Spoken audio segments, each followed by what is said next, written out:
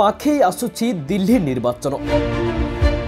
विधानसभा निर्वाचन पर तारीख घोषणा पर एबे सरगरम राजनीति।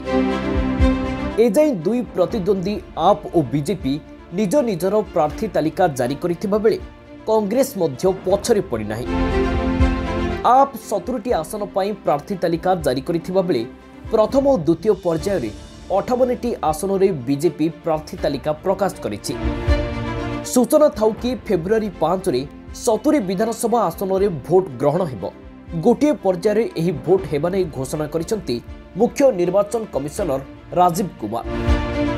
तेबे जनवरी 10 रे विज्ञप्ति प्रकाश पाइथिबा बेले जनवरी 17 जाए नामांकन चलिबो। जनवरी 18 रे प्रार्थीपत्र जांच सह जनवरी 20 रे प्रार्थीपत्र प्रत्याहार नै तारीख धार्य होइछि। निर्वाचन कमिशन को सूचना मुताबक एथर 1,55,00,000 भोटर दिल्ली सरकार निर्धारण करिवे। एमानक भितरु 2,08,000 हेउचंती प्रथम थर भोटर।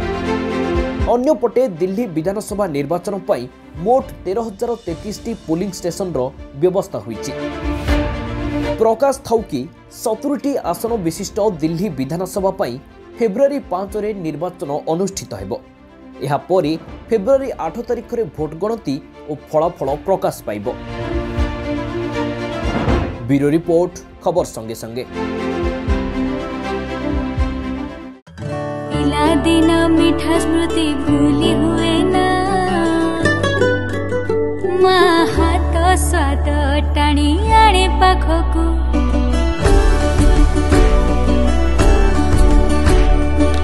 हुआ ना आशाहीन निज प्रतिभारे भरसा रख।